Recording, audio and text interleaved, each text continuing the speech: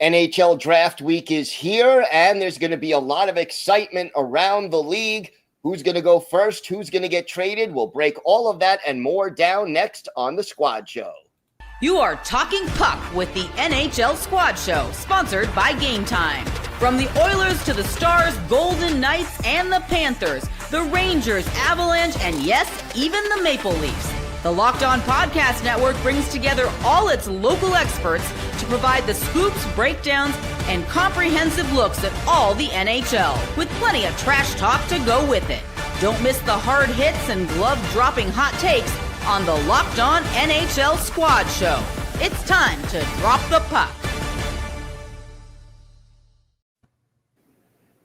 Gil Martin here, and welcome to the NHL Squad. Sit back, grab your favorite beverage, and join us as we get you ready for another wild week across the National Hockey League. We are part of the Locked On Podcast Network, your team every day.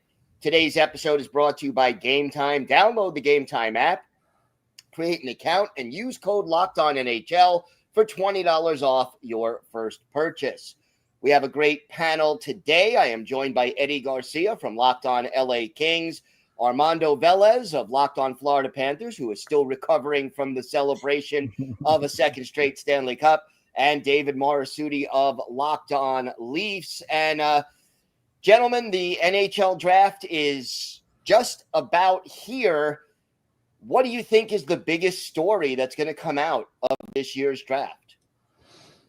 I think it's. I'm going to be there. That's going to be the biggest story. Yeah, I'll be there. Is this the decentralized? This is it is. Yeah. So a little different, but yeah, I that's one thing I always want to do is do a draft, go to a draft. So I'm sure it's it's that crypto, right? It's not. It's actually across the street at a place called the Peacock Theater, which is a smaller venue, but it is right across the street from Crypto.com Arena. Nice. Hopefully there'll be some excitement going on the stage, because like past few years it kind of feels like there hasn't been like those big sizable trades, right, to come at the draft or on the draft. Now there's not really going to be a draft floor, right, because everyone's going to be doing them from their command centers. So I want to see I want to see a team just go nuts and say, hey, we want to move up to the top 5, or we want to make a big splash, because we haven't really had that in a while. I feel like that's the draft's like we're waiting for something, and nothing happens.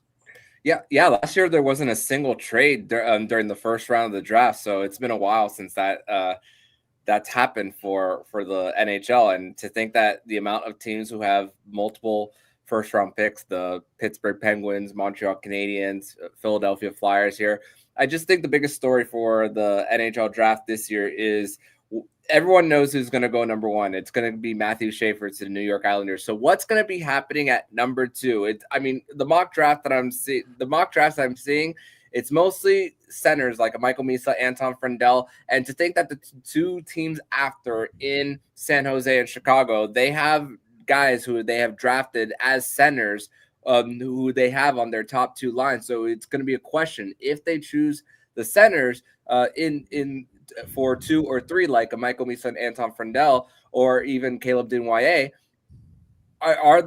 who's going to be the guy currently in their lineup who could be shifted to wing? I know Connor Bedard, even this year, has shifted to wing. Does he stay there, or does he go back to his natural position at center?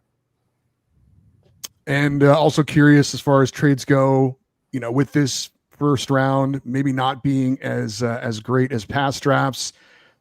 Maybe even teams wanting to move out of the first round to acquire more picks later on, or use these first round picks to acquire a player. I know down the road here in Anaheim, Pat Verbeek is talking about wanting to move that first round pick if he can help get another player. They already made that Trevor Zegras trade already, so he's been very active. So, yeah, I think there's people that are looking to maybe package some of their picks to move out or to move down and try and acquire some extra picks as well. Yeah, no, I mean, especially if you're a team that doesn't have a first round pick, or a team that's trying to trade out of that first round, like I'm hearing like a lot of like trying to trade out might be tough, because the value just isn't there later in the draft. A lot of eyes are on like that top 10. So I'm curious to see, again, is a team going to want to really team that's lower in the draft really want to push up. I think the Rangers were kind of that team that wanted to try to get in and get Higgins. Like that's like the one that I think everyone is looking for. But I think they already decided to move that pick. Yes, it's part of the JT Miller trade. So yeah, unless they're trading something else, it doesn't look like that's happening. Well, and think about for the Rangers there for what giving Pittsburgh their allowing the Rangers to have their own pick next year as opposed to this year. It speaks volumes on how these general managers see this year's draft versus next year. I mean, I know the grand prize at next year is talking about Gavin McKenna, who still has a decision to make on which college he's going to go to after playing in the CHL for Medicine Hat. So that's also how an example of what Chris Drury is doing for how he sees the upcoming drafts versus this one. So let's see if teams are gonna give themselves an opportunity to trade back if need be in order to give themselves a better chance to win the lottery next year. I thought that was a very interesting decision by the Rangers because, I mean, I think a lot of people will pick them next year to be a team, that went from out of the playoffs to maybe in the playoffs, depending on how things go. But, when you had a team that obviously won the President's Trophy the year before, then they have a down year, maybe they jump back to where they were, or at least as far as a playoff team. So you would think that maybe next year's draft pick isn't going to be where it is this year. So that was an interesting decision on their part to give up the 12th pick because, who knows where they're picking next year. Maybe even though it's a better draft, maybe it's not nearly as in a good a position as it is this year. Yeah, but then the question becomes, is, let's say, the 20th pick in next year's draft better than the 12th pick in this year's draft? True. They obviously believe it will be. I would think, or they wouldn't have made this move. I mean, the bill is due for the Rangers. I mean, Shesterkin's contract is kicking in this year. I mean, the moment that the Rangers made that trade for JT Miller, I'm thinking, man, they have a whole bunch of guys who are going to be due. I mean, yeah, they shipped out Chris Kreider.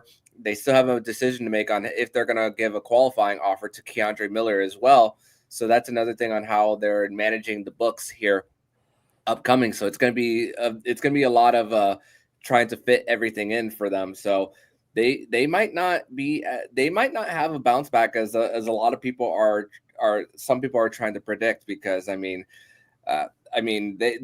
things fell off the rails or really, really quick when it came to the Jacob Trouba situation, and then now especially with the memo that came out. So who knows on how they are viewed across the league when it comes to just how Madison Square Garden treats their players. I know it's very corporate with how they run things, but I know they have the brand of Original Six and everything. But based on their track record recently, I wonder if that turns a lot of players off from going there. It'll be interesting to see, how players react. And, the other thing for me, do you think there'll be a crush of teams that want to get into the top 10 because this draft is not very deep? Or do you think more teams will be laying back and saying, okay, let's accumulate more picks for next year? Yeah, I mean, the thing is like we have seen it on how many, past trade deadlines where teams really don't want to move that first round pick. Like I look at what Florida, right? When they made the trade for Marchand, they did their best to make sure that pick got pushed, right? If they were going to give up the first, it was going to be for a few drafts from now. I can't remember if they traded the 2026 pick yet. But Seth like Jones. those, yes. Okay. So the Seth Jones one, I think, yeah, probably worth it. But yeah, like there are just teams right now that there are some teams that have all the picks. There are teams that have no picks, right? But if you look at this 2026 draft, I mean, we are probably going to be seeing a very similar to what we saw in 2015, where there are going to be teams that are probably going to be out of it, and they're just going to do whatever they can to tank for Gavin McKenna. Like that's like that. We're starting to hear like that's the guy, like that's the next one. And so, yeah, if you're seeing trades happening, there are going to be some teams who are maybe say to themselves, yeah, I don't know if we're going to be good enough to compete. or, you know, we might want to make some moves to improve ourselves. And then they're like, oh, first round pick. Yeah, no, we can't do that. Like I think you're going to see fewer first round picks go for that reason, or you're going to see a lot of those protections put on. Like if it's, you know, lottery protection, almost every single one, even teams that will be nowhere near the lottery will make sure that pick does not end up in the lottery. Well, I think Armando would tell us all that this draft is fun to talk about, but it's not all that important because we've got Alexander Barkov, Aaron Ekblad. That's about it. That's all we have. I mean, those are great players, but everyone else was not drafted, it seems like, anyway. So we'll use those picks to make our team better, and it's obviously worked out pretty well for the Panthers. Yeah, Anton Lundell is the only other one for the Panthers that was drafted. But also, you think about the top five for this draft. I mean, three of the five have multiple first round picks in the next few years. San Jose, Chicago. I mean, and Utah was doing this even before they relocated from Phoenix to Utah.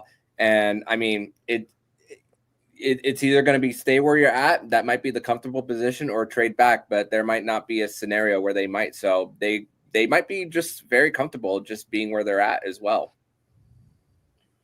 It'll be interesting to see how this all plays out. And the draft starts Friday evening, and we're all looking forward to seeing that. Eddie, enjoy it, and looking forward to hearing what you have to say. I was at a draft in Newark, I think, what was it, 2014, I want to say, maybe. I'd have to look, but it's an enjoyable experience. You will definitely enjoy the ride, so to speak. I will miss not seeing those conversations on the draft floor. People are, saying, "Oh, so and so is talking to so and so." I wonder what they're talking about. And of course, they're talking about dinner or something. It has nothing to do with anything, but it's fun to at least point and say, "Look, they're talking." My favorite clip was Brian Burke talking to the Senators GM at the time. I'm blanking on the name right now. Like, "Oh, you like that Kadri guy? Yeah, we like him. Well, we're gonna take him." It's like, oh, what a troll move, right? That was. So, like, even conversations like that get picked up. Perfect. Great conversations. Yeah, that will be missed. All right, we have got a lot more to get to today. The Hockey Hall of Fame's class of this year just announced. We'll talk about that. We've got that and more coming up on the Squad Show.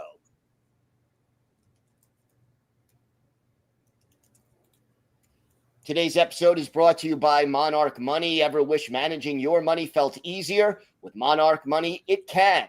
Whether you're growing your savings or planning a big purchase, Monarch puts you in the driver's seat. It's like having your own personal CFO, giving you full visibility and control over your finances.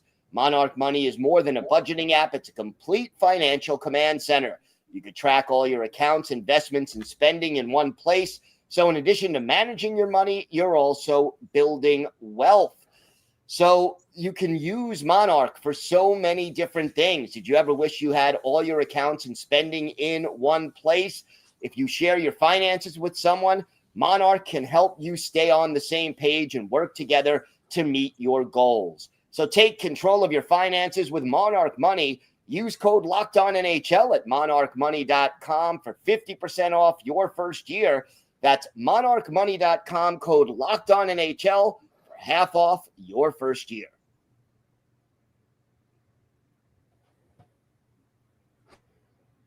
So the class of 2025 announced, pretty packed class, just a lot of people going in. I'm going to start with one who's been waiting a long time, and he's been Mr. Next Year every year, Alexander Mogilny, finally getting in. Is this overdue? Is this not deserved? What are your thoughts? So overdue. 16 years. 16 years he's been waiting. Mike and I have been beating this drum for so many years. I know people have been beating the drum even before I knew about him being a snub for the Hockey Hall of Fame. Like, we're talking about a guy who was a trailblazer, somebody who, okay, maybe he didn't have as many of the career accolades as some of the other players you see going to the Hall of Fame, but the guy left Russia to come to the NHL. Was one of the first to do it. Like, how are we not celebrating that? The guy played 16 years, well over a point per game in the NHL. He did win a cup with the Devils. So, like, he has everything you could want in a Hockey Hall of Famer. And yet, for 16 years, this guy couldn't get in. Was it because he was a former Leaf? Could be it. Maybe that's it. We can't have too many Leafs in the Hockey Hall of Fame. But no, I had so many people message me, just all caps, Mogilny got in. Like, that's how much like everybody else but the Hockey Hall of Fame were recognizing this guy's career. I don't know about Alexander Mogilny getting it. Eddie, are we about to throw down right now? Maybe. I just look. I've always been. I don't think I'm a Hall of Fame snob or anything, but I've always kind of looked at the Hall of Fame as being really the elite of the elite of the elite, right? And look, Alexander Mogilny had a wonderful career, almost 1,000 games played.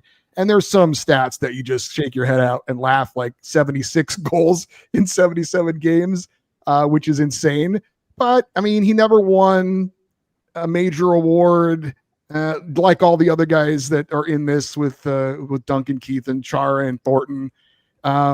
He did play in an era where there was, a lot of amazing scorers with, Mario Lemieux, obviously, and Gretzky and all those guys. So a little overshadowed, I guess. But I don't know. I think he's one of those guys that's kind of more Hall of Very Good rather than Hall of Fame to me. And you want to talk about trailblazing, that's fine. And I think that can be a component in it as well. I look at the stats and there are some crazy things in there, but all in all, I don't know that I consider him one of those superstars of his era. Put some respect on the Lady Byng, Eddie. He was the Lady Byng winner in 2003. I should, with Andrei Kopitar being a 3-time winner. So you're right, I should do that. Yeah. He is also a member of the Triple Club as well, the IHF Triple Gold Club. So yeah, and it is the Hockey Hall of Fame. It's not just the NHL Hall of Fame. So that's a fair point. And do you think he had to wait a little longer because he's Russian? I would hope not, but I wouldn't completely discount that either. I would say one thing back in the day when I mentioned that season, he had 76 goals and 127 points. He wasn't even a finalist for the Hart Trophy that year, even though he tied with Teemu Selanne for the most goals in the NHL. So maybe back in the day, back in the 80s, that could have been a factor. Yeah, I just think that he did accomplish quite a bit outside of the NHL as well. That probably should be recognized as well. The gold medal with the Soviet Union, World Championship, and the Stanley Cup. Like, to me, if you're a triple gold club guy, and like I don't think he was a passenger either in those, you should be recognized in the Hockey Hall of Fame. Like, that should give you a really good chance to get in. But hey, now we can say for sure he got in, and now we can talk about the other guy who was snubbed from this list. Or we want to talk about the full list first, maybe. Well, who are you referring to who was snubbed? Well, there's some. I don't know how the Locked On Canadians are going to feel to not see Carey Price in his first year of the ballot and not get in. That's tough because he is we're talking about greats of the greats. Carey Price was and this is coming from the Locked On Leafs host, guys. Carey Price, phenomenal, right? The only thing he was saddled with was a pretty under par Canadians team that couldn't help him really get. Sources say I'm pretty sure they are. Like, I do think that he should have been in. Gold. Think about the last time the NHL were at the Olympics. He was rock solid for Canada, even though Canada had a great team. It was because they had the best goaltender in the world at that tournament. Winning a Hart Trophy, which as a goaltender, not many goaltenders. We just had Connor Hellebuck do it, and it was it's such a rare accomplishment. Look, and there's some, and this year they actually added so many more players to this list. It was it's hard to say no to some of these guys that got it, and it's just maybe one guy could have been left aside for Carey Price this year. Who would you take out, though? Oh, Mogilny. I mean, if you're talking about just from the players list, because we have Thornton, Chara, Keith, Mogilny, you could probably make the case for a guy like Thornton not to get it in this year. Wow. I would take Carey Price over Joe Thornton, in my opinion. Because Joe Thornton had a really good stretch where he was, yes, among one of the better. But Carey Price, in my opinion, for the longevity of his career, was the best goaltender in the NHL. But that's the thing. We're talking about guys now, like Duncan Keith, amazing defenseman, right, in his time. Daniel Chara, I don't think anyone's discounting that guy definitely deserves to be on that list. I just think, maybe it was, okay, we're going to get Mogilny in there, but guess what? No Carey Price, which he'll get in next year. I guess maybe that's we're kind of picking straws at that rate, but it's also is there something to be said when you're a first ballot Hall of Famer? You ask any MLB, any baseball writer, having that guy as a first ballot means a lot. So I wonder, there are going to be some Canadian fans who are going to be fuming that they'll think that Price was snubbed. Yeah, it's, and when you think of who to take out, I mean, to take out a 2-time Norris Trophy winner and a Conn Smythe winner in Duncan Keith, that's a definite no for me. I mean, Zdeno Chara, the career that he's had, especially some of the lasting impressions he had. I mean, he played a freaking Stanley Cup final with a broken jaw. Let's not forget that about what he went through to try to win a second Stanley Cup for him in 2019, even though they fell short. But what he went through with that, and also let's give credit to not only there was one female athlete to make the Hall of Fame, but there were two: Jennifer Botterill, Olympic gold medalist, also part of Hockey Night in Canada, and Brianna Decker, USA Hockey as well. So I want to also recognize those two who also made it to the Hall of Fame. And I think it would be tough to deny Thornton. I mean, more than 1,500 points, 4-time postseason All-Star, Hart Trophy, Art Ross Trophy. They need more spots, really, or they needed to have put Mogilny in a couple of years ago to sort of make it a little fair. But I think you have a good point about Carey Price. And it'll be very, very interesting. Well, free agency is also right around the corner. We're going to dip our toes into that, who we think is moving and maybe to where. That and more coming up on the Squad Show.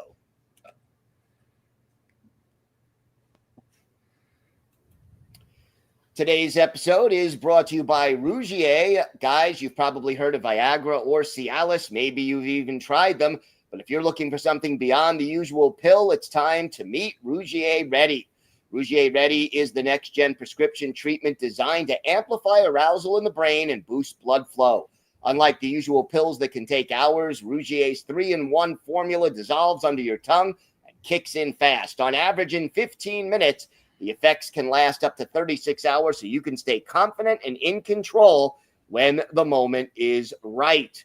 If traditional options haven't worked, Rougier may be the answer. Over 150,000 men have already made the switch. I love that it's completely online. Rougier connects you with a board-certified doctor and ships treatment directly to your door. Head to Rougier.com/LockedOnNHL and use code LockedOnNHL to get 15% off today. That's RUGIET.com/LockedOnNHL and use promo code LockedOnNHL for 15% off. Individual results may vary with prescription treatment. Compounded drugs are permitted to be prescribed under federal law, but are not FDA approved and do not undergo FDA safety, effectiveness, or manufacturing review. Please visit Rougier website for a full safety information.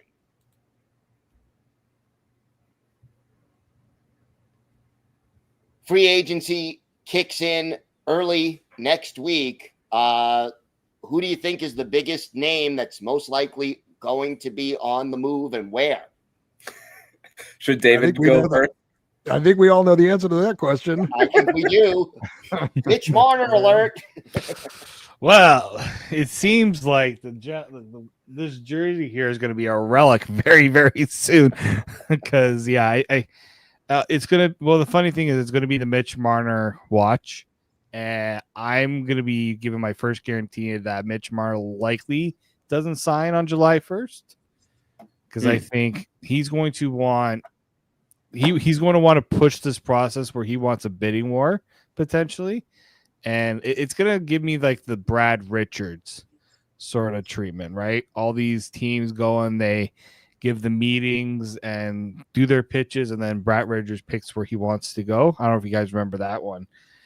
To me, that's giving now I could be wrong in this, but that's kind of what I heard, is that Mitch Marner is not likely to sign on the first day, and that he's going to kind of want to soak in, I guess, this experience of getting to choose where he gets to play next. But do you think that will make other teams hesitate to sign other players, hoping that they can keep the cap space? And boy, do you need a lot of cap space to add Mitch Marner. If he's asking for $13, $14 million AAV, you can't sign someone else if you want to still be in the Mitch Marner sweepstakes. I know the LA Kings have been mentioned as a possible destination, which is surprising to me because they never sign any big-time free agents in their history. But I think if you're Ken Holland, the new GM of LA, you have to make your best pitch. And if he doesn't take it, you got to get out. You can't get caught waiting for Mitch Marner to make his decision, and understandably so, to possibly try and drive up the price with a bidding war, pitting teams against each other. You've got to make your best offer. And if he doesn't take it, then you get out and move on to other business, because you can't wait for him and have other opportunities and other players that you're interested in sign with other teams. And then in the end, you're holding the bag and you've got nothing in it. So I think there are certain teams that are going to have patience, but there's certain teams that won't. And I think probably the Kings are one of those teams that needs to figure out what is the max we're willing to offer him, make the deal, tell him you've got 24 hours to accept. And then if you don't, we're out. And I think it was Frank Saravelli who mentioned this on Daily Faceoff, that just because the Anaheim Ducks have all this cap space does not mean that they're going to go all in on free agency when it comes to just having a spending spree when it comes to that, because they still want to build for the long term as well, along with a lot of their young pieces, because the fact that they have to do some of these extensions very soon. So if they have to be waiting for Mitch Marner, there was a talk about how Pat Verbeek, who's very tough-nosed when it comes to his negotiations, is going to move on very quickly as well. So could that actually work against him when it comes to the money that he actually wants? Who knows? I think the one thing, that's going to go against Marner here is, unless a team is really, really pushing and really wants him, there's going to be teams that are going to be like, look, we need a decision. We need to know what we need to do. And look, it's going to also, you see this when there's the big fish in free agency, it holds everybody else up in a way, right? So if you're a top free agent, if Mitch Marner decides to wait, and it's like, well, I'm ready to sign with somebody give me money, right? That's could be the concern. So if I think if you're a team that's going to have this meeting with Marner, you might say, look, this is our deal. The offer is until this long. Let us know. Otherwise, we got to go and look elsewhere. And that's where you got to be careful, where you try to feel like you have all the leverage and all the eyes on you. It can backfire very easily as well. Now, David, you talked about, other teams may want to go elsewhere if Marner isn't available. For those teams that aren't in on Marner or don't end up signing Marner, who, if they're looking for offense, who's next on the list? Well, we know that apparently everyone's going back to Florida, so reportedly, so you can cost Sam Bennett and Brad Marchand potentially off that list. I think Brock Besser is going to get a lot of attention. He's a guy that can score and is proven that he can score at a pretty good rate. If Nikolai Ehlers makes it to the market, there's like the Jets want to keep him back after they got Taves too. They may want to see if they could try to bring as much back. He would be another one that could decide, you know what, I want to see what I can get on the market. There's a jersey right behind you. There is, and I'm not saying that one because I'm holding a hope that he doesn't make it to the market, because if John Tavares does make it to the market, he probably would be the best center available on the market. And so if that happens, the Leafs would have bungled very badly on a player that wanted to stay in Toronto, and they'll be catastrophic just failure if they just allow Tavares to get there. So yeah, those are kind of the guys I'm looking at because it's pretty bare. Like Patrick Kane could be another one if Detroit's not able to keep him around. Like that's a guy who's proven he can score. He seems to be getting healthier now after having that hip surgery a few years ago. So like those are the guys I'm looking at. I didn't want to put Tavares in there because I didn't want to put that in the universe. Wanted to keep the one guy. Keep one. Let us keep one, guys. I think Tavares ends up staying with how he performed in a contract year, high 30s in goals in that last year. I think they try to find a way to keep him, and I'm very interested to see how the Winnipeg Jets managed this free agency period. $24 million in cap space. I just saw with Ehlers being a free agent, and he's going into his 30s when it comes to this new contract. They already made the extensions of Mark Scheifele and Connor Hellebuck last offseason. They made the commitment to him. They also extended Neil Pionk as well. So there's also the trying to keep the core together. So how much is Nikolai Ehlers really going to command when it comes to going a contract possibly finishing at 37, 38 years old for him? It's going to be a wild couple of weeks, and of course, we'll have it all covered for you here on Locked On NHL. I want to thank everyone for making the Locked On NHL Squad Show your first listen today. For your second listen, check out the Locked On NHL podcast. There is no off season. We'll be bringing you the daily league-wide stories that matter most with the local coverage you love from Locked On. Find Locked On NHL on YouTube or wherever you listen to podcasts. It's part of the Locked On Podcast Network, your team every day. I'm Gil Martin. I want to thank Eddie Garcia, Armando Velez, and David Morassutti for joining me today. Have a great week, everybody, and we'll be back next week with more exciting talk here on the NHL Squad.